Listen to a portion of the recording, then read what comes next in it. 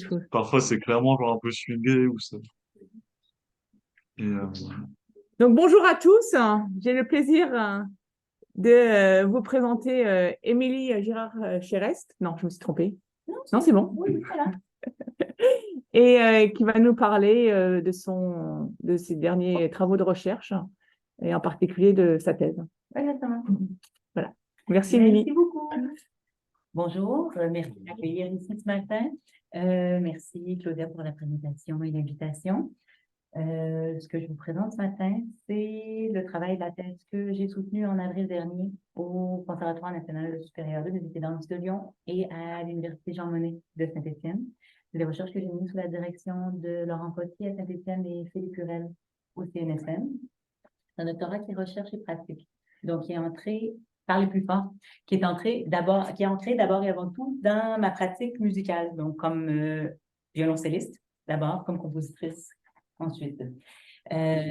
Comme musicienne, je me consacre beaucoup au répertoire micro-intervallique qui pose des problèmes à la fois du point de vue de l'interprétation et du point de vue de la composition parce que la formation des musiciens, autant interprète que compositeur, est très ancrée dans les demi-temps, la division chromatique. Et quand on se retrouve à approcher ces répertoires-là, il y a toutes sortes d'outils qu'on n'a pas. Et donc, c'est la question de l'intonation qui a été le principal champ d'investigation de mes recherches. Et donc, dans le cadre du doctorat, la partie pratique du projet de recherche, c'était une pièce que j'ai écrite après avoir fait la recherche plus théorique. Donc, en fait, tout ce que je vous présente ce matin, c'est le travail théorique sur lequel a été basée la création de la pièce que j'ai écrite dans le cadre de ma thèse, qui s'appelle Sillon, et que j'ai créée en avril dernier, en même temps que ma soutenance. Et donc, voilà, sans plus tarder, entrons dans la matière. Comme je le disais tout à l'heure, n'hésitez pas à tout moment à intervenir, à poser des questions s'il y a des choses qui sont pas claires. Il y a beaucoup de matériel que je vais présenter ce matin. C'est possible que j'aille un peu vite, donc n'hésitez pas si c'est trop vite. Et donc, Si tu peux baisser un peu ton pupitre. oui. J'en profite pour demander, vous entendez bien, ceux qui sont à distance? Oui, Parfait. Ça va là autant? c'est parfait. Super. Mais n'hésite pas. Oui, d'accord. Et donc, le phénomène sonore est beaucoup plus complexe et beaucoup plus vaste que ce qu'on lit sur la partition.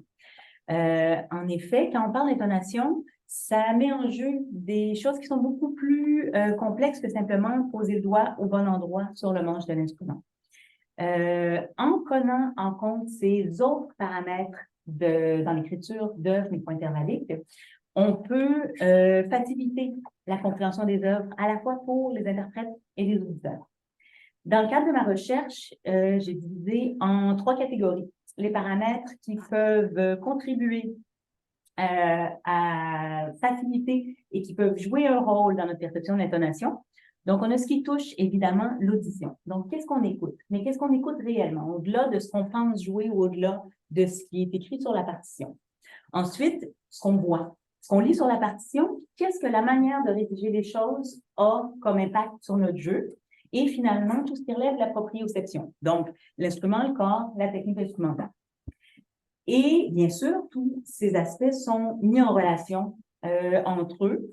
Et c'est des choses qui peuvent être prises en compte en amont dans la composition, mais c'est aussi des outils qui peuvent être utiles comme interprète dans l'apprentissage des œuvres. Dans le cadre de ma recherche, je me suis concentrée exclusivement sur ce qui est propre au violoncelle, mais évidemment, certains aspects de la recherche peuvent être utiles pour d'autres informations. Certains aspects sont transposables. Donc, si on commence avec ce qu'on écoute. Donc, avant de penser rééduquer notre oreille au langage micro-intervallique, il faut prendre un pas de recul puis se demander comment on a formé d'abord et avant tout notre oreille en demi-ton. Donc, dans la formation classique, et la formation de la plupart d'entre nous, des musiques classiques occidentales, l'apprentissage du solfège puis le développement de l'écoute intérieure se fait beaucoup par l'imitation du piano. Donc, on fonctionne par reproduction. On peut tout à fait imaginer fonctionner de la même manière pour les répertoires micro-intervalliques avec, par exemple, un synthétiseur ou un patch où on programme les divisions qui nous intéressent, fonctionner par imitation. Mais tant qu'à penser rééduquer notre oreille, pourquoi pas aussi viser un élargissement de notre champ de conscience en ce qui a trait aux hauteur, si on veut. Donc, plutôt que de se dire, on prend les outils qu'on a déjà, puis on essaie d'entendre mieux, on peut aussi travailler à entendre différemment. C'est-à-dire en prendre en considération des aspects autres de l'intonation. Par exemple, j'ai divisé en deux grandes familles les paramètres qui peuvent jouer un rôle dans notre perception de l'intonation. Donc, on a le timbre, donc le son en soi, ce qui sonne vraiment quand on joue, et encore une fois, pas ce qu'on dit, mais vraiment ce qu'on entend, et le discours. Donc, la façon dont les sons sont agencés entre eux, ce qui a aussi un impact sur la façon dont on les reçoit. Et en prenant en compte ces paramètres dans l'étude de l'intonation, on peut développer une écoute intérieure qui prenne en considération le son dans sa globalité. Et donc, si on commence par la question du timbre. Si on revient à la partition classique, on a, en ce qui a trait à l'intonation, une indication qui est à la fois très précise et très partielle des hauteurs de son qu'on émet comme musicien. Très précise en ce sens qu'on développe des systèmes de notation qui permettent au sense près ou en division très, très fine du demi-ton de décrire la hauteur qu'on veut jouer. Mais en contrepartie, tous ces systèmes de notation décrivent seulement la fréquence de la fondamentale. Donc, on note les sons comme si on jouait des sons sinusoïdaux finalement. Par contre, ce qu'on fait souvent inconsciemment comme interprète, c'est se baser sur le timbre pour savoir si notre intonation est juste, est adéquate. Et c'est à ça que je me suis intéressée, en fait. Et en fait, ce qui a été assez curieux, c'est que c'est une démarche que j'ai faite pour aller vers les langages micro-intervallés, mais qui m'a fait me rendre compte, en fait, que c'était des mécanismes qui étaient en jeu, souvent inconsciemment, dans la musique, en demi-ton, dans tout le répertoire. Donc, quand on parle du timbre, ben, il y a deux choses. Il y a le timbre de l'instrument, donc qui est propre au violoncelle. Dans le cas de mes recherches, c'est mon propre instrument joué par moi parce que c'était centré autour d'un travail sur ma pratique, mais c'est un travail que je voudrais poursuivre et élargir à d'autres instruments, d'autres instrumentistes. Donc, pouvoir avoir des conclusions plus générales sur le violoncelle. Pour l'instant, première étape de travail, j'en suis vraiment à une recherche à petite échelle, donc sur ce que je connais immédiatement. Et donc, ce qui touche le violoncelle et ce qui touche le timbre dans des partitions, donc que ce soit des choses qui soient prises en charge par le compositeur, qui soient intentionnelles, ou le timbre d'un point de vue d'instrumentiste, donc les décisions qu'on prend quand on lit une partition, quand on l'interprète. Et donc, si on commence par ce qui a trait au violoncelle lui-même, on sait que des éléments comme la vitesse, la position, la pression de l'archet ont un impact sur le timbre. C'est des choses qui sont documentées et c'est des choix qu'on fait constamment comme instrumentiste. Donc, par exemple, selon le timbre qu'on recherche, on va choisir de faire une nuance forte en s'approchant du chevalet, alors que dans d'autres contextes, on va le faire en accélérant la vitesse d'archet. Il y a d'autres éléments qui sont peut-être moins documentés ou moins conscientisés, du moins du point de vue des interprètes. Et c'est à ça que je me suis intéressée. De savoir, par exemple, par registre, comment le timbre évolue. Quel impact a l'emplacement de la main gauche sur la corde? Donc, est-ce qu'on est plus proche du sillet, plus proche du chevalet? Sur quelle corde on est? Quelle relation la fréquence de la note a avec celle des cordes à vide? Donc, tous ces paramètres-là, c'est des choses auxquelles je me suis intéressée. J'ai tout simplement procédé à des analyses spectrales de sons tenus, joués, mezzoportés. Donc, je suis partie de ce que, comme interprète, je perçois comme étant un son moyen, qui n'a rien de caractéristique.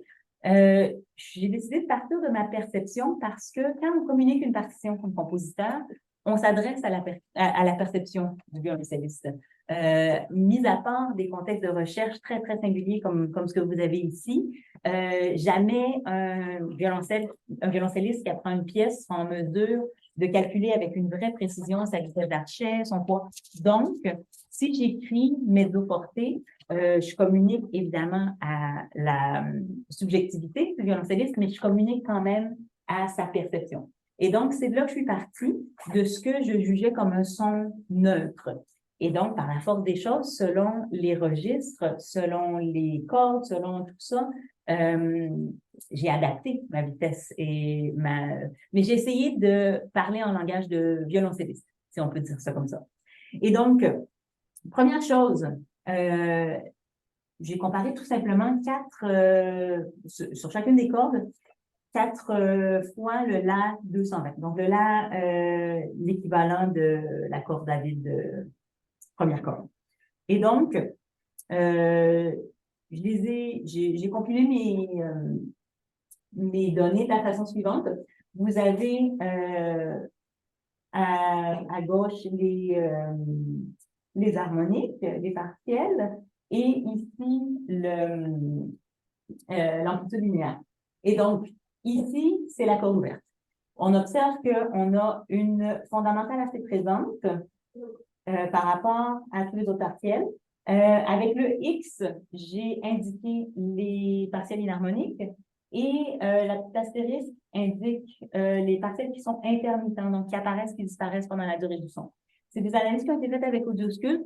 J'ai coupé les débuts et les notes. Donc, c'est des analyses du corps du son, vraiment là où, à l'oreille, ça sonnait le plus stable. Donc, on est sur la corde La. Ensuite, la même note prise sur la corde Ré, donc à une quinte, à peu près au tiers de la corde sur la deuxième corde. Déjà, on a un portrait qui est très différent. On a beaucoup plus de partiels inharmoniques, d'amplitude très faible, certes, mais qui sont beaucoup plus présents. Encore une fondamentale dominante. Sur la corde de Sol, on arrive à quelque chose de plus resserré, donc une fondamentale qui ressort moins, encore plusieurs partiels inharmoniques, et sur la corde de Do, fondamentale très forte et très peu de contenu harmonique dans le reste du spectre. C'est quelque chose qu'on perçoit très clairement à l'audition. Donc, si je voulais faire entendre successivement, corde de La,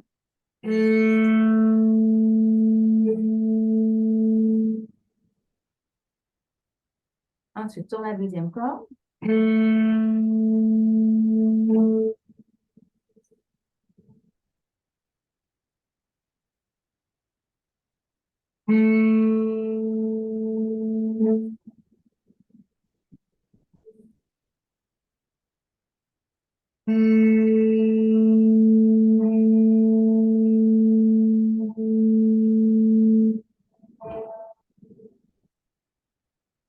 donc, c'est intéressant parce que c'est quelque chose qui sont notés exactement de la même manière sur la partition, mais quand on porte attention au son réellement, c'est 4 réalités qui sont assez différentes.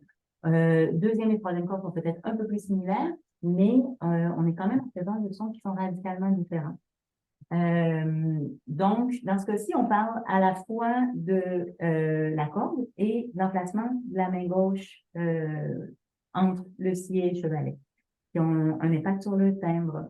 Ensuite, une autre chose qui aura un impact, c'est le rapport de la note jouée avec les cordes ouvertes voisines. Donc, si on joue, par exemple, une note qui est dans un rapport d'unisson ou dans un rapport d'octave avec les cordes à vide voisines, ça va les faire réagir par sympathie. C'est quelque chose qu'on ressent physiquement en jouant. C'est aussi quelque chose qu'on voit visuellement. On voit la corde vibrée qui réagit fortement si la note est juste.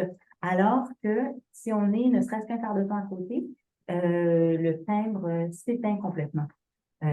J'ai fait l'exercice avec autour du sol un ton sous le La ouvert, sur la quatrième corde, sur la troisième et sur la deuxième. Ce que vous avez ici illustré dans le graphique, c'est les centroïdes spectraux de toutes des 3 notes. Donc, le sol et les quarts de ton qui sont de part et d'autre. Donc, les centroïdes spectraux pour chacune des notes.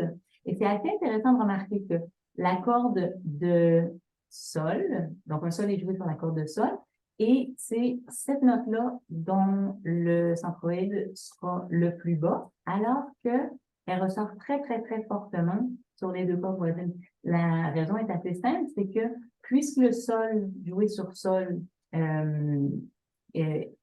étouffe la corde, en fait, arrête la corde, elle peut pas résonner en sympathie avec elle-même.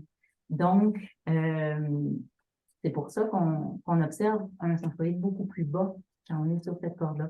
Je vous l'ai fait écouter, c'est assez frappant, encore une fois, à l'audition, combien une petite différence d'intonation a un impact marqué sur le timbre.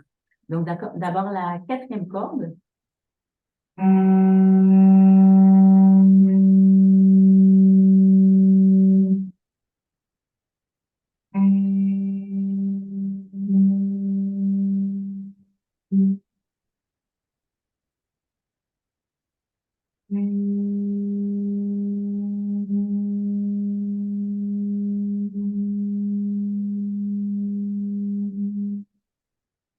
Je vais écouter ensuite la deuxième, donc qui est un petit peu sur le même modèle.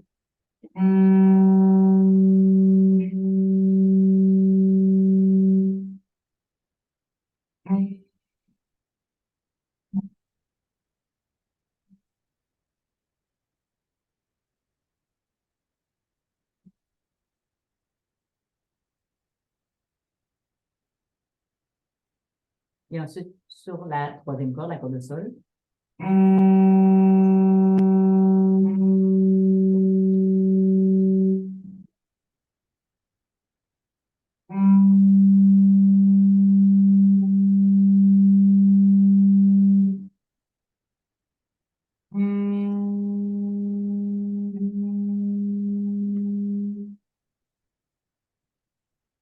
Et si on continue sur la question des centroïdes spectraux, j'ai fait ici un graphique, donc avec tous les quarts de ton du sillet jusqu'à la fin de la touche pour chacune des 4 cordes.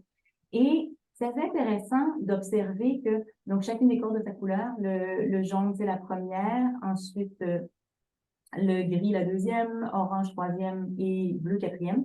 Donc c'est intéressant d'observer que la corde de la première corde, le centroïde est systématiquement plus élevé que les 3 autres, alors que les cordes de do sol ré, dépendamment de la fréquence, dépendamment de tous les paramètres que j'ai énumérés précédemment, ce sera l'une ou l'autre qui aura le centroïde le plus élevé. Et donc, ça, c'est des caractéristiques qui sont, comme je disais tout à l'heure, propres à mon instrument, mais c'est aussi des caractéristiques qui sont propres à cet accord spécifique de l'instrument. Donc, puisqu'on vient d'observer l'importance des résonances sympathiques, si par exemple on travaille des supports de Tura, des accords alternatifs d'instruments, on risque d'avoir des résultats complètement différents. Et finalement, évidemment, tout ce qui est instrumentiste, instrument, archet, et je pourrais même rajouter conditions, météo, température, toutes ces choses-là ont aussi un impact sur le timbre. Donc, ce que j'ai cherché à faire, en fait, en prenant du recul, en mesurant ces éléments-là, c'était d'essayer de trouver des moyens d'être plus objectives par rapport à ce qu'on entendait vraiment, mais c'est multifactoriel. Donc, évidemment, selon les contextes, ça va varier, mais ça permet de savoir de quoi on parle réellement quand on écrit une note ou une autre sur la partition.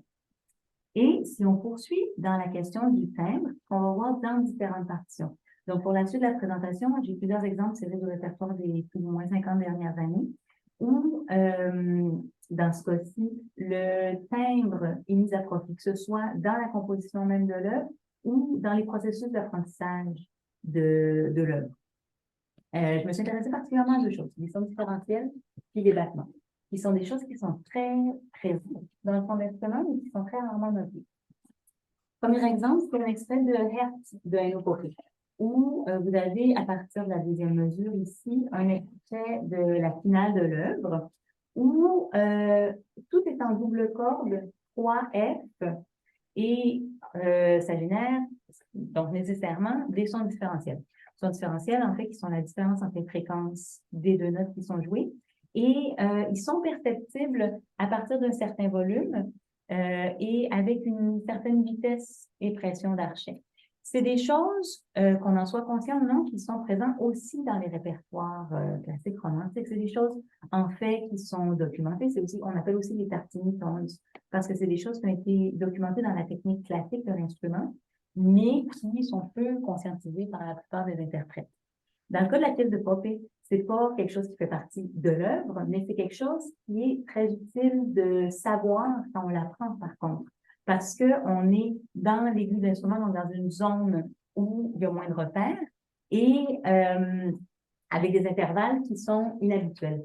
Donc, de prendre conscience de où est le différentiel donne une base supplémentaire. En fait, ça permet de se situer dans un accord à trois sons plutôt que dans un accord, dans une diade.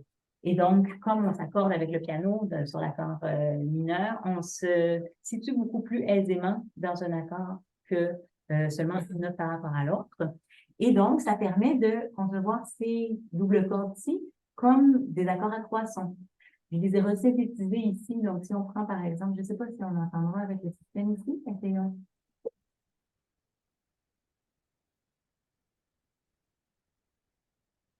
Je vais jouer simplement la fréquence du différentiel.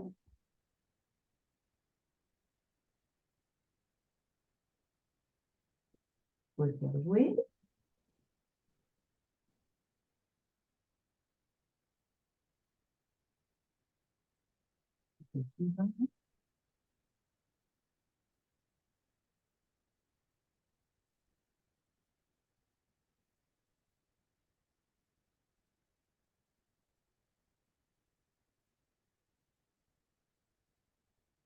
Et donc, tout ce travail-là, ça se fait aussi à l'instrument. Donc, ce travail de resynthèse permet d'entendre et de savoir où est le différentiel, puis aide énormément à placer les choses. Donc, si vous pouvez écouter l'extrait ici, à partir de la deuxième mesure.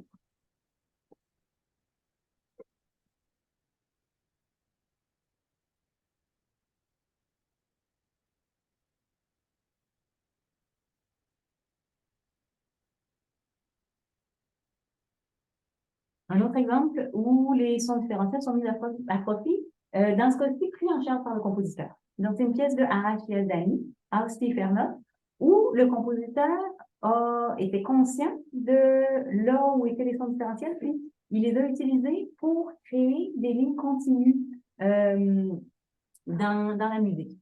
Donc, c'est une pièce qui est écrite avec la scordatura que vous avez ici. Il a choisi les fréquences de chacune des cordes pour que la rencontre de certaines harmoniques en deux cordes voisines donne des sons différentiels dans le registre des autres cordes latines. Donc, vous avez un exemple ici dans les mesures 136 à 140 où ici, vous avez le La ouvert, donc 220, et le différentiel de ces deux harmoniques nous donne un Si bémol 7 cents plus haut, le différentiel de ces deux harmoniques, un Fa dièse 14 cents plus bas, ce qui crée une ligne mélodique continue, malgré les changements radicaux de registre entre la double corde harmonique ici, puis la corde ouverte. Vous pouvez écouter l'extrait. Émilie, Oui. si je comprends bien, ça veut dire que tu joues la partition avec tes cordes accordées comme si tu l'as écrit à gauche, c'est ça? Exactement. C'est des accords ton violoncelle. Exactement, exactement. Donc ici, c'est voilà. Donc le La est tel quel, puis les autres cordes, l'accord est légèrement altéré.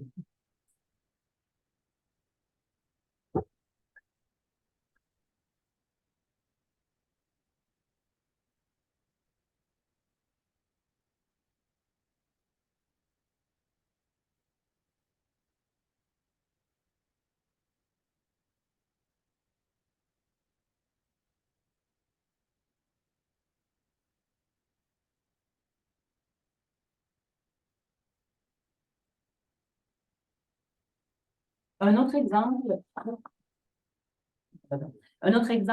où l'ambiguïté, oui, bonne idée, merci.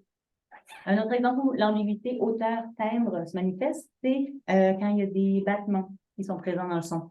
Donc, la première partie de Austi Fermat, donc la pièce qu'on vient d'entendre de Arash Yazdani, est basée sur l'accélération, la décélération, la vitesse des battements dans une double corde. Donc, on est plus bas dans le registre, on est sur les deuxième, troisième cordes, plus bas sur le manche. La partition que vous avez ici est une partition écrite en doigté. C'est assez typique quand on travaille avec des scordatura, avec des accords alternatifs de l'instrument, qu'on écrive les doigtés plutôt que les sons résultants. Donc, je vous l'ai mise pour référence, mais je vous invite plutôt à écouter les variations dans la vitesse des battements.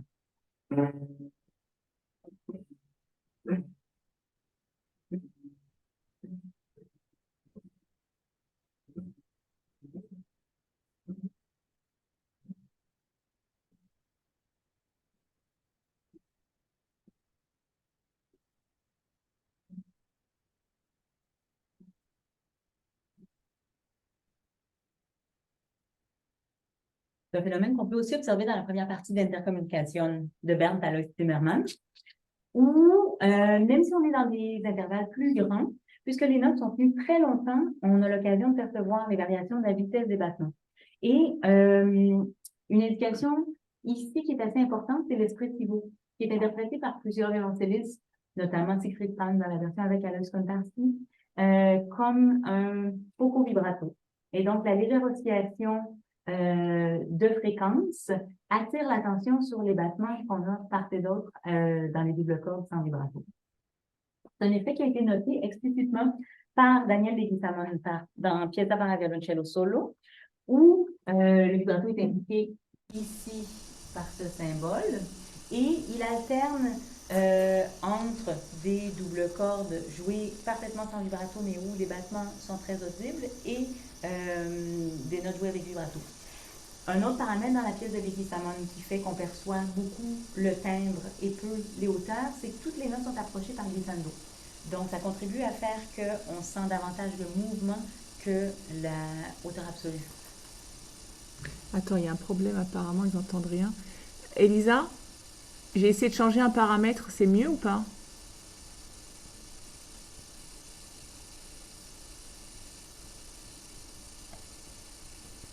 Oui, c'est ce que j'ai essayé. Ouais, il y a plus de bruit de fond, mais normalement, il ne va pas considérer que la musique, c'est du bruit. Bon, on va essayer. Elle va refaire des extraits. On a aussi augmenté le niveau des haut-parleurs. Vous me dites. Hein. On essaie.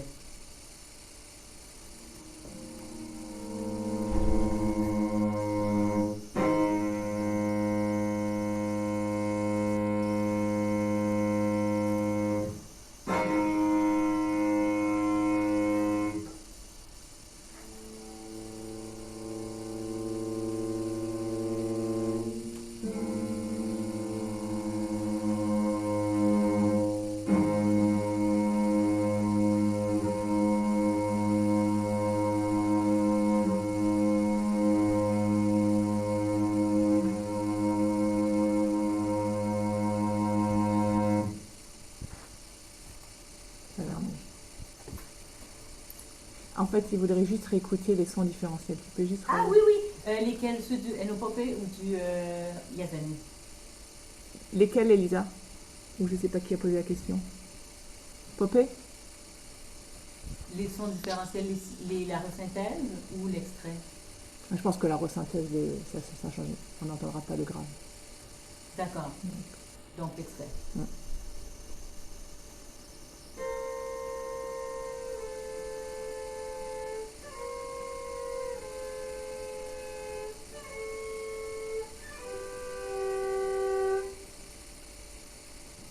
Ouais, c'est sûr qu'on n'entend pas tellement à ce volume-là. Non. Mais ouais. Tu es au max, ok. Oui. Bon. On continue. Continuons. Faites-moi confiance. Oui, de toute façon, on n'entend pas tellement dans la salle ici. Non. Donc, à travers le micro sur YouTube, je pense que c'est sans espoir. On pourra mettre en ligne peut-être la présentation avec les sons. Parfait. Voilà, ben, on l'entend pas trop ici non plus, il faut le dire. Donc, Oui, mais bon, on est un volume prudent pour la santé des oreilles. C'est ça. Donc, si on poursuit sur la question des battements, c'est un paramètre sur lequel j'ai aussi travaillé dans mon propre travail comme compositrice, dans une pièce qui s'appelle S'offrir, qui est pour deux violoncelles ou violoncelle et alto. Et c'est une pièce où il y a un réaccord de l'instrument en temps réel, ce qui permet de travailler les glissando de manière beaucoup plus fine que ce qu'on pourrait faire au doigt. Et donc, comme vous voyez sur la photo, Il y a un des violoncellistes qui forme un unisson entre la corde ouverte de Ré et la corde voisine de Sol, qui reste immobile pendant toute la première partie de la pièce, et la personne qui agit à titre d'assistant va tranquillement amener les deux cordes en direction opposée jusqu'à atteindre plus ou moins une tierce majeure. Et donc, le changement est très graduel, comme dans la pièce de Leguizamon, et on perçoit davantage des changements de thème que des changements de notes, puisque l'attention est portée sur les variations de vitesse des battements. Et donc, je poursuis sur la question du discours, donc le son dans son contexte. Quelle façon d'articuler le discours ou d'articuler les sons entre eux permettent de percevoir mieux les variations d'intonation ou les langages micro-intervalliques divers. En fait, oui, je fais une petite présentation générale. Je me suis intéressée à quatre aspects. Donc, d'abord, la délimitation du territoire fréquentiel, donc de travailler dans un ambitus restreint. L'utilisation de la répétition, modifiée ou non. Les pôles de référence, donc qui peuvent venir de l'instrument lui-même ou d'un autre instrument ou de quelque chose qui soit extérieur, et la lenteur.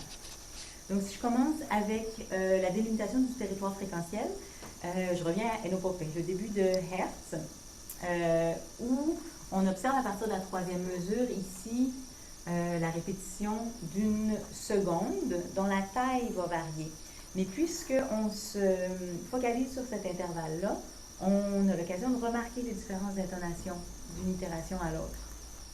Je vous fais écouter l'extrait. Si je retrouve ma souris.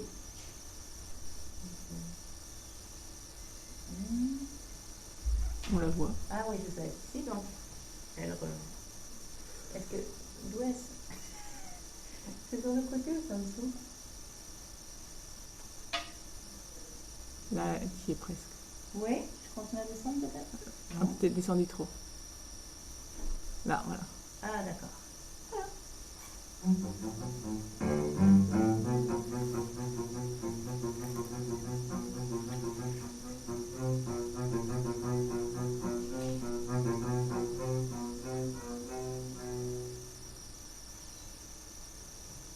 Et donc, j'enchaîne sur les pôles de référence.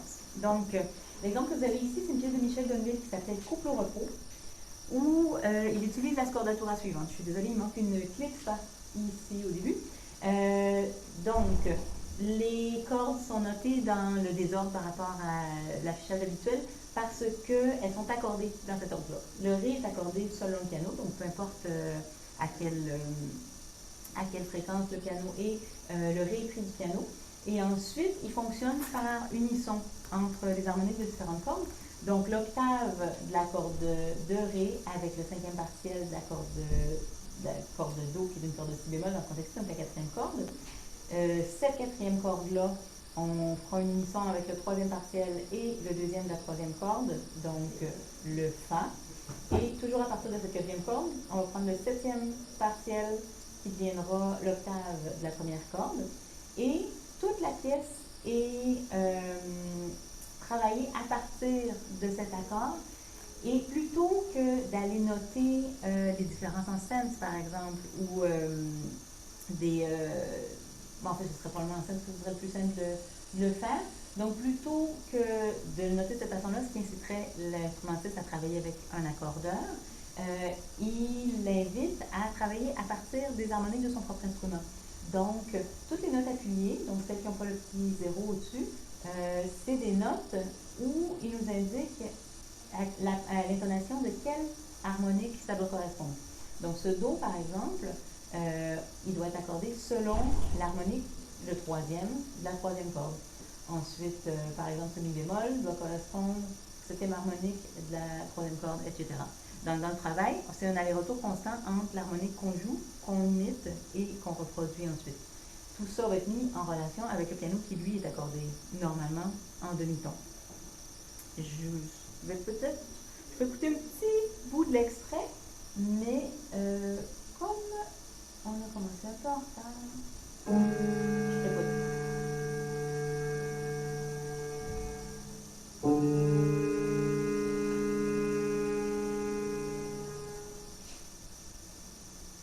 Par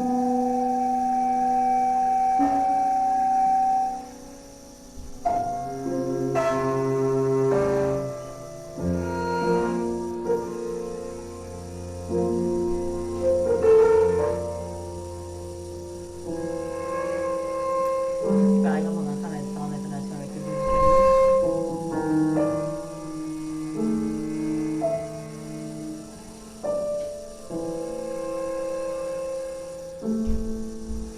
Je vais arrêter l'extrait ici. Ensuite, donc la question des pôles de référence. Le pôle de référence peut venir de l'instrument lui-même, comme on vient de le voir dans la pièce de Michel Gonville, mais ça peut venir aussi d'un autre instrument. C'est le travail qu'on a fait dans Tarakiwa, une pièce qu'on a coécrite avec Jorge Vigo Vasquez, qui est compositeur et interprète de tarkas. Ce qui est intéressant des tarkas, en fait, c'est qu'on ne peut pas vraiment les accorder. C'est des instruments qui, d'une flûte à l'autre, donc vraiment de l'instrument lui-même à l'autre, va varier énormément. C'est des musiques qui sont normalement transmises de façon orale et où on fonctionne par imitation avec les doigtés. Ce pas des instruments qui sont conçus pour reproduire des intonations précises et qui vont être très très sensibles aux variations de température, d'humidité. Et donc, comme la façon qu'on a fonctionné, parce qu'on avait le désir de faire une pièce qui prenne en compte les variations d'intonation, ce qu'on a fait, c'est que à chaque interprétation, on partait de la façon dont l'instrument réagissait ce jour-là. On accordait le violoncelle en fonction des tarkas cette journée-là. Et à partir du moment où on avait fixé l'accord du violoncelle, je jouais que des cordes à vide et des harmoniques. Et le tarka s'ajustait au violoncelle. Donc, c'est une flûte des Andes, nord de l'Argentine, Bolivie. C'est une flûte assez carrée, ça fait beaucoup de multiphoniques. Donc, c'est des sons qui sont assez complexes. Et c'est utilisé surtout en musique traditionnelle. Donc voilà. Et... C'est une poche, c'est ça? C'est une poche? Oui, c'est des trous, simplement. Donc... l'embouchure, pardon? L'embouchure. Oui. C'est une encoche? Oui. Donc, tous les ajustements se font à la bouche, en fait. Et donc, la façon qu'on a pensé la partition, c'est que c'est un rapport relatif d'un instrument à l'autre. Donc, c'est une partition qui n'est pas rédigée en hauteur absolue, mais plutôt en rapport entre les deux instruments. Ensuite, la question de la lenteur. Dans l'exemple de Brice Quatrain, ici, c'est une pièce où c'est une pièce qui se déploie très, très, très lentement. Les séquences, les durées sont ouvertes, mais il y a une dizaine de séquences, ça peut durer jusqu'à quelques heures. Voilà, c'est tout un contrat à jouer. Et il fonctionne d'abord avec la lenteur et avec la répétition. Ce qui permet de remarquer les petites différences qui se produisent à chaque itération et ce qui permet aussi de porter attention à des aspects du son qui nous échapperaient autrement. Donc, je pense par exemple aux harmoniques qui peuvent être plus ou moins présents selon l'emplacement de l'archet, le son de l'archet lui-même. Donc, la façon que la partition fonctionne, chacun des accords ici est répété en brève longue et à chaque nouvelle note, en fait, il n'y a qu'une note qui change, toujours une à la fois, et à chaque nouvel accord formé par le changement de note, on répète plusieurs fois jusqu'à la fin de la pièce essentiellement. Et donc, je vous en fais écouter un extrait. C'est une petite transition en trémolo. On est ici. L'arrivée du soleil, on va aller.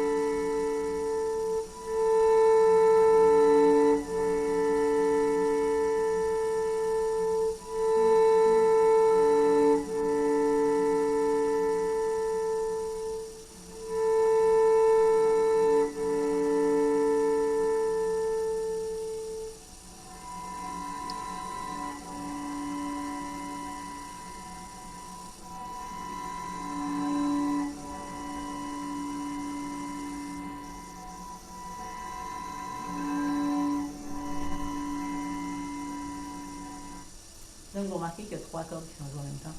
J'ai oublié de mentionner que c'est une pièce qui joue avec un Bach-Bogen. C'est un archet très, très courbé qui rappelle un peu les archets baroques et donc qui permet de jouer presque 3 cordes parfaitement en même temps, mais pas tout à fait parce que la façon dont ça fonctionne, donc l'archet est très courbé, mais le talon se détache de la baguette, ce qui fait qu'on contrôle la tension du crin avec le pouce. Et donc complètement au talon, complètement à la pointe, on ne peut pas nécessairement avoir toujours les 3 cordes en même temps, mais au centre, là où on a beaucoup d'espace par rapport à la baguette, on peut très bien jouer 3 cordes, voire 4 dans certains contextes. J'enchaîne rapidement sur les 2 autres sections qui touchent la vision et le corps. Je voulais aller plus en détail dans ce qui touchait l'audition, parce que c'est ce qui nous réunit ici. Je passe rapidement sur ce qui suit pour qu'on ait du temps pour les échanges ensuite. Donc, en ce qui concerne la vision, en ce qui concerne ce qu'on lit sur la partition, 3 éléments qui m'ont intéressé. Les scordatura, la façon de les noter, description du phénomène sonore inclus dans la partition, donc comme une partie de la notation, et l'utilisation de données extramusicales. Donc, si on parle des scordatura, j'ai l'exemple ici d'une pièce de Cecilia Ardito, Inside, où elle utilise une scordatura où la 4e corde est accordée une octave plus bas que l'habitude. Donc, plutôt qu'un Do, 2 lignes supplémentaires sous la portée, c'est l'octave en dessous de ça. Et cette corde de Do, c'est la portée du dessous ici qui lui est consacrée. C'est la longue mélodie que vous lisez en bas. Ce qui est intéressant avec une scordatura si extrême, c'est que la main droite a un impact sur l'intonation. Donc la main d'archet, parce que la corde est tellement lâche que toute augmentation de pression ou de vitesse d'archet va augmenter grandement la fréquence de la corde. Et donc, dans le cas d'une mélodie qu'on veut être perceptible, les limites au niveau de l'archet agissent comme une forme de frontière à ne pas franchir. Et donc, si on joue trop fort, on ne perçoit plus la mélodie. Et donc, c'est intéressant parce que ce scordatura-là, évidemment, c'est les hauteurs, c'est du tempo, mais c'est aussi les indications de mode de jeu. Donc, avec ces indications-là, on veut faire ressortir cette mélodie-là. On sait quelle note jouer, mais on sait aussi quelle vitesse d'archet et quelle dynamique utiliser. La même scordatura est utilisée par Rebecca Sanders dans Solitude. Et c'est intéressant parce qu'elle prend l'attitude complètement inverse. Au contraire, dans la note, elle nous dit que les notes forte, fortissimo auront les nuances forte, fortissimo, pardon, auront un impact sur la fréquence. Et c'est voulu. Donc, c'est quelque chose qui, au contraire, sera exagéré. Donc, elle invite à chercher cette variation dans les hauteurs. Ensuite, la notation du phénomène sonore. J'ai un exemple ici de Nomos alpha de Xenakis, où plutôt que de noter des fractions de ton ou de noter des différences en cents, il nous note, c'est un peu petit, désolé, il note le nombre de battements à chercher en 2 notes. Donc, vous avez l'exemple ici, on passe de 6 battements à 2 battements. Et encore une fois, ce qui est intéressant avec cette notation-là, c'est que ça nous donne aussi, comme dans le cas du Sanders et du Ardito, ça nous donne des indications en ce qui a trait à vitesse et pression d'archet. Parce que les battements peuvent ressortir plus ou moins bien selon ce qui se passe au niveau de la main droite. Donc, c'est des notations qui prennent en considération le fait que l'intonation, ça ne se passe pas qu'au niveau de la main gauche. Ensuite, toujours chez Cecilia Ardito, dans le premier mouvement, manifesto, premier mouvement de Inside, on a vu le dernier tout à l'heure, l'utilisation de données extramusicales aide à attirer l'attention de l'interprète sur des aspects particuliers du son. Donc, en fait, vous avez l'entièreté de la partition ici. La partition, c'est simplement le spectre de la corde de sol dans tous les détails, donc toutes les itérations de chaque partielle, du si et du bas jusqu'à la fin de la touche. Mais à côté, elle nous met ce petit texte où elle nous dit entre les craques, il y a beaucoup de sons qu'on est à même de percevoir avec une loupe. Mais d'autres sons, qui peuvent seulement être entendus à travers la lentille de nos émotions. Donc, ce que ce texte-là induit, en fait, c'est qu'il nous incite à chercher entre les notes. Donc, à nous arrêter dans les interstices et nous donne aussi une indication au niveau de la main droite. Parce que si ce qu'on cherche, c'est un son complexe, un son coloré, on n'agira pas de la même façon au niveau de l'archet. Et donc, ce peut-être qui peut paraître anodin donne en fait beaucoup d'informations sur la façon d'interpréter ce spectre. Ensuite, tout ce qui relève de la proprioception. Quatre aspects qui m'ont intéressé. Donc, l'utilisation du manche comme un territoire. Donc, pas nécessairement comme une division selon les notes de la gamme, mais vraiment comme un espace qui peut être divisé selon certaines distances ou certaines zones puissent être isolées. Ensuite, les sons complexes, les multiphoniques, les subharmoniques, des choses comme ça. Différentes préparations et extensions.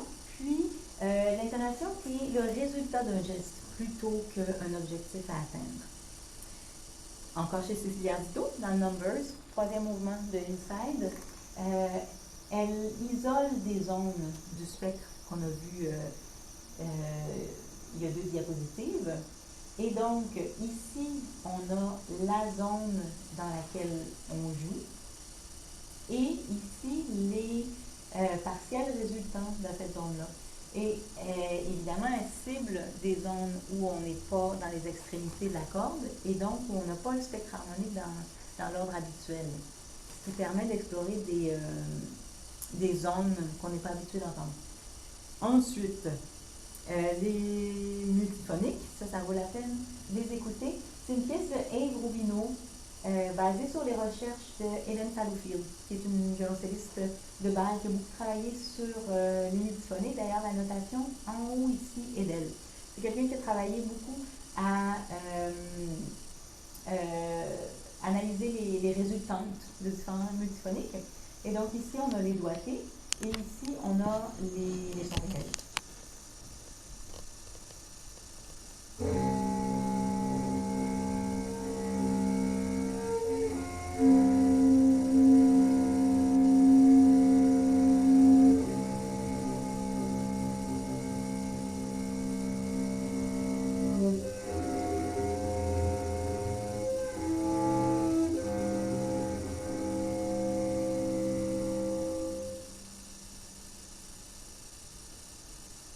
Toujours dans les sons complexes, j'ai un exemple ici de Michael Mayeroff qui travaille avec les sons subharmoniques. Donc, un peu de la même façon, c'est des sons qui permettent d'aller chercher une partie du spectre qui est sous la fondamentale qui est jouée. Donc, c'est des sons qu'on peut produire, encore une fois, avec une bonne combinaison de vitesse d'emplacement et de pression d'archet, mais qui requiert aussi au niveau de la main gauche une demi-pression. Donc, dans l'exemple que vous avez ici, en haut, c'est les dynamiques. Donc, quand on est sur la ligne ici, il n'y a pas de son du tout. Et ensuite, l'émergence. Deuxième ligne ici, c'est la main gauche. Donc, l'emplacement du doigt. Et ici, on a les résultats. Donc, quelle harmonique ou sous-harmonique aller chercher.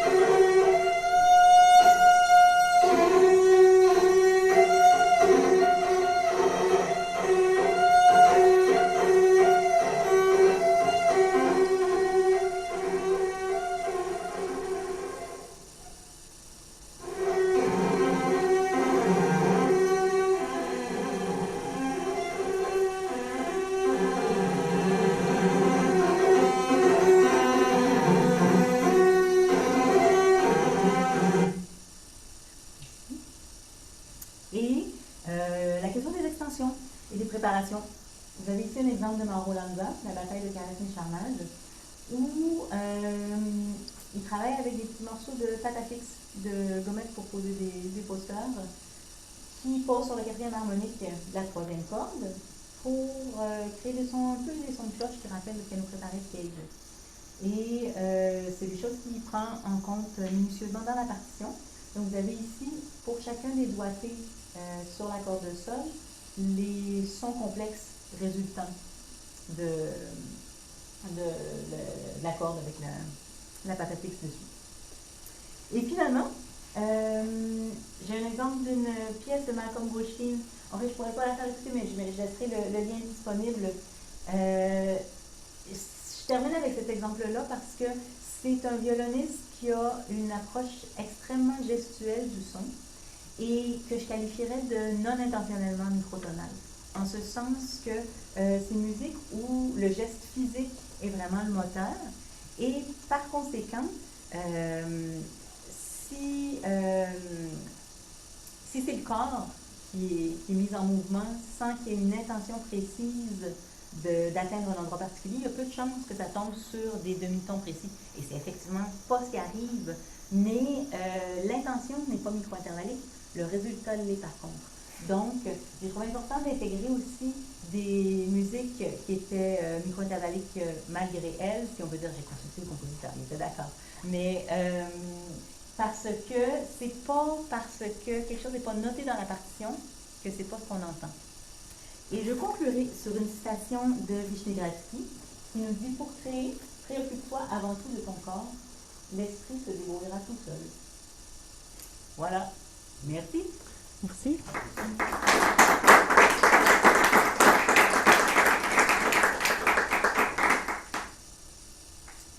Je me rends compte que c'était beaucoup. Je le savais, mais là, je le lis. Avez-vous des questions, des commentaires?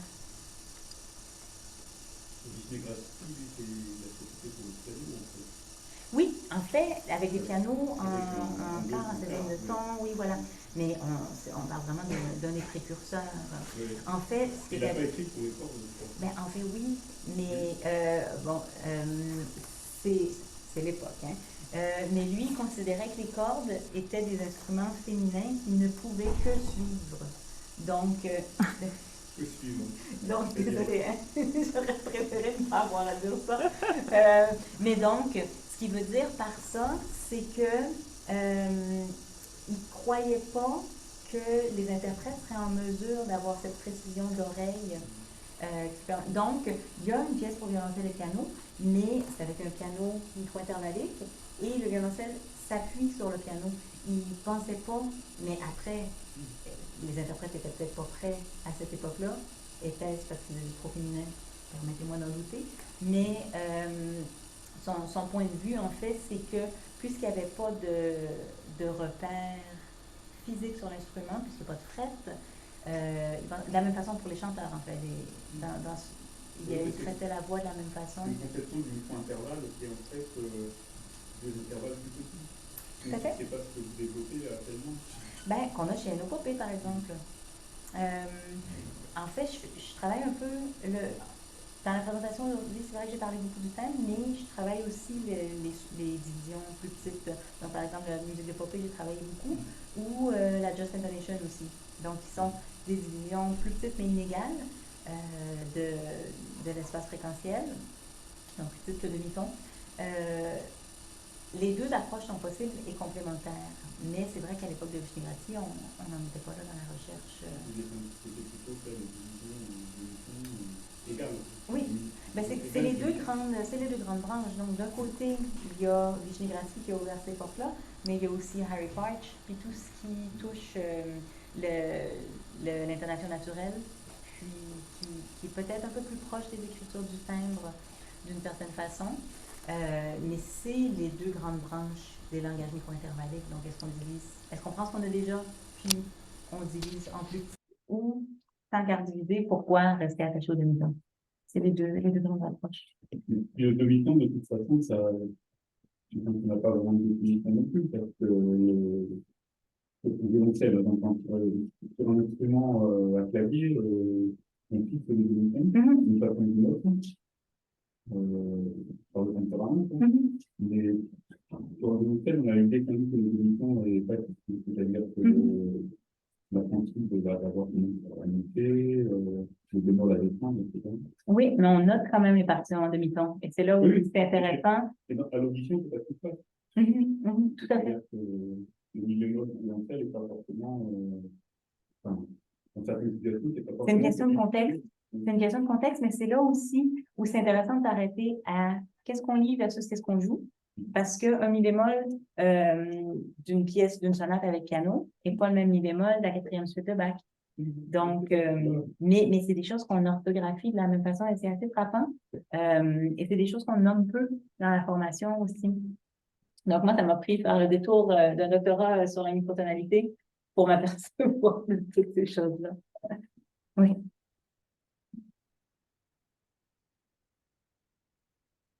Il y a ici quelqu'un qui dit que la musique tonale est micro-intervallique. Ah, ben oui, potentiellement. Peut l'être, peut très certainement l'être. C'est bien ce qu'implique le mi bémol de Bach.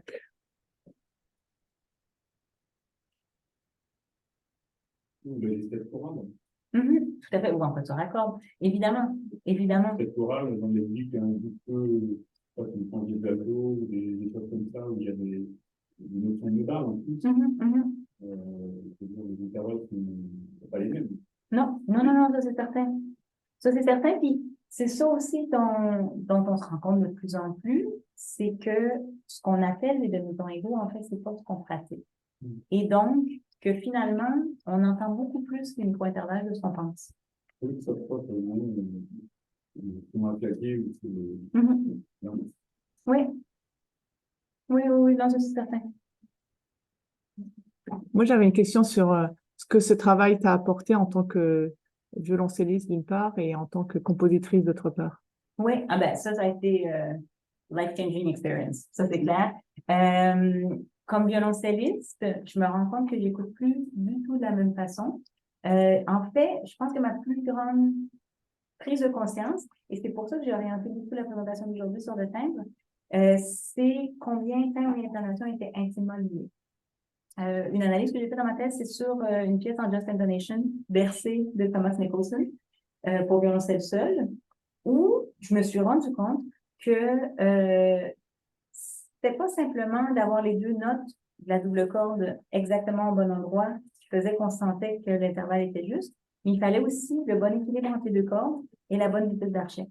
Parce qu'une des questions que je me suis posée quand j'ai commencé à travailler là-dessus, c'est pourquoi il y a des musiques microtonales qui sont très fausses. Il y a des musiques microtonales où on a l'impression à cause de source alors qu'il n'y a rien qui tombe sur les demi-tons. Puis, des fois, c'est pas des questions de précision d'intonation, c'est vraiment des questions de est-ce qu'on a le timbre qu'il faut pour que cette intonation-là parle. Et donc, je suis allée intuitivement au début. Je travaillais à la pièce de Nicholson, puis je me demandais qu'est-ce qui fait que cette double corde-là, je sens vraiment, vraiment qu'elle est au bon endroit. Et avec la Just Intonation, ce qui est intéressant, c'est quelque chose de physique aussi. Arrive un moment où on sait qu'on est au bon endroit. Ça a l'air un peu ésotérique, mais il y a une réponse de l'instrument qui fait qu'à un moment donné, on le sait, c'est là. Et je me suis rendu compte, justement, en analysant, je faisais plusieurs prises de son justement de double corde que je sentais au bon endroit, d'autres qui n'étaient pas. C'était souvent pas des questions d'emplacement du doigt. C'était des questions de main droite. Donc, comme violoncelliste, la grande prise de conscience, ça a été l'importance de la main d'archet dans l'intonation. Et comme compositrice, en fait, c'est des choses que je prends de plus en plus en considération. Donc, de vraiment travailler à partir de ce qui est entendu plutôt que ce qu'on écrit. Parce que c'est pas parce qu'on note des choses sur la partition, c'est nécessairement ce qui est le plus prégnant à l'audition. Donc, je fais beaucoup plus d'aller-retour entre des esquisses que j'enregistre, j'y reviens. Donc, je travaille beaucoup plus le plus possible à partir de matériaux sonores plutôt que simplement à partir du papier. Voilà. Merci. Dernière question? Non? Est-ce qu'il y a une question ici? Alors, Elisa, il me semble que l'attention... Attends. Il me semble que l'attention portée à l'écoute des intervalles et de l'intonation change la perspective même de l'écoute, car on rentre véritablement et littéralement dans la densité du son. On conscientise la complexité de la note en tant qu'élément symbolique, ouvrant des espaces de perception extrêmement subtils, mais immensément vastes. Par cet élément microscopique, on ouvre des directionnalités. Tu voulais poser une question, Elisa? Oui, bonjour. Bonjour. Non, effectivement, c'est un peu dense. Mon Juste un message, commentaire. vous m'entendez? Oui, oui, effectivement, Xavier veut merci. poser une Merci pour question. cette Allez-y. Oui, tu m'entends, Claudia? Claudia, est-ce que tu m'entends? Ah oui, mince. Non, je n'entends pas. Mince. J'avais coupé le... Est-ce que tu m'entends? Je sais pas. L'accueil de l'équipe, Elle le sera dès que j'aurai fini les corrections au médiateur Claudia, du est-ce que tu CNSM m'entends? et de l'Université Jean Monnet. Elle le sera incessamment. incessamment. Bon, corrigé. Après les demandes de bourse de postdoc, elle le sera. Voilà, c'est bon, on vous entend. Est-ce que tu m'entends, Claudia? Oui, c'est bon. Oh, super. Mille merci pour cette présentation. C'était super passionnant. Effectivement, dans mon commentaire que j'ai écrit en vitesse, je disais qu'effectivement, je constate par cette présentation que effectivement l'étude et l'attention qui est portée vers l'intonation au niveau microscopique, donc on parle de micro-intervalles, replace la question de l'écoute au centre du son. On n'est plus dans une écoute extérieure globale, mais on rentre dans la matière sonore comme si on était à l'intérieur. C'est une image un peu figurative. Je sais que je dois développer cet aspect communicatif, mais on rentre dans la densité du son et à partir de là, il y a comme un champ de perception qui s'ouvre et qui nous permet d'apprécier tous les paramètres que vous avez exposés dans leur complexité et dans leur interaction. Et effectivement, l'écoute portée à l'intonation à partir de ce paramètre qui est l'intonation, donc, comment dire, ouvre des directionnalités, c'est-à-dire on se place autrement dans l'écoute et on perçoit autrement le sens même que nous donnons à la pièce. Ce n'est plus un objet qu'on reçoit dans sa globalité, mais on rentre à l'intérieur de la matière sonore et donc en tant qu'auditeur aussi, on se place différemment. Je ne sais pas si c'est clair mon commentaire. Je vais les développer dans ma recherche, c'est au centre effectivement de mes études, mais la conscientisation de cette complexité-là permet d'ouvrir un autre regard à la matière sonore. Voilà. Et donc, si j'ai bien compris, ce que vous voulez dire, c'est que si, comme interprète, c'est quelque chose sur quoi on travaille, c'est quelque chose qui peut être perçu par l'auditeur? Les deux, je pense. C'est deux points de focal. Mais oui, je pense que quand on approche autrement par une écoute vraiment attentive à l'intonation et à ce que cela génère en termes de possibilités à partir de l'unité symbolique, c'est-à-dire à partir de nos notes, on peut vraiment ouvrir un champ très vaste sur cette même note qui n'est qu'une unité symbolique, pas forcément référentielle, mais à partir d'une note, si on va sculpter la question du possible de cette note, on ouvre un terrain de perception et de réflexion extrêmement vaste. Ah oui, mais ça, c'est certain. Parce qu'une note, en fait, c'est un résumé. Tout à fait, voilà, c'est ça. Exactement. Donc voilà, je m'aperçois que quand on est nombreux à travailler cette centralité de l'intonation comme paramètre constituant et créatif, on arrive à changer de point de vue, effectivement, au point de vue et pour la création et pour l'écoute et pour la perception, qu'on soit l'interprète ou l'auditeur ou le compositeur, bien sûr. Merci. Merci. Oui. Est-ce que avec cette regard microscopique, parce que dans l'utilisation de technologie, c'est vraiment des intervalles, c'est dans la recherche de cette micro-intervalle, c'est des intervalles très proches, des tierces plus peut-être fréquentes, des étapes. Mais est-ce qu'on peut utiliser tout cela pour s'éloigner un peu de cette recherche micro-intervallique des sons des bâtiments pour les adapter à un son plus polyphonique? Ah, tout à fait. Instrument ou orchestral. Tout à fait. Ma recherche portait sur le répertoire pour violoncelle seul. Okay. Donc, c'est sûr que je suis restée là-dedans. Mais oui, tout à fait. C'est des choses qui ont été faites depuis le début du 20e siècle. Il y a eu beaucoup de recherches dans ces directions-là, surtout du plan de la composition. Ah. Oui, c'est tout à fait possible. Mais voilà, je travaillais sur le répertoire de violoncelle seul, donc la taille des mains limite à un moment donné des intervalles qu'on peut faire. Mais Oui, j'avoue, je ne connais pas trop le répertoire. voilà, mais oui, c'est tout à fait possible. Merci. Bon, ben merci encore. Super. Merci beaucoup.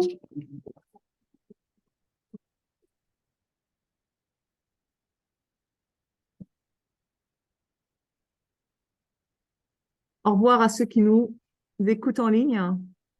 Et je mettrai le séminaire en ligne et puis je vais voir avec Émilie pour essayer de mettre sa présentation en ligne parce que c'est vrai que je pense que c'était un peu frustrant pour vous, pour les sons. Au revoir. Merci. Merci à vous. C'est intéressant. Lire la thèse, mais c'est pas. Voilà.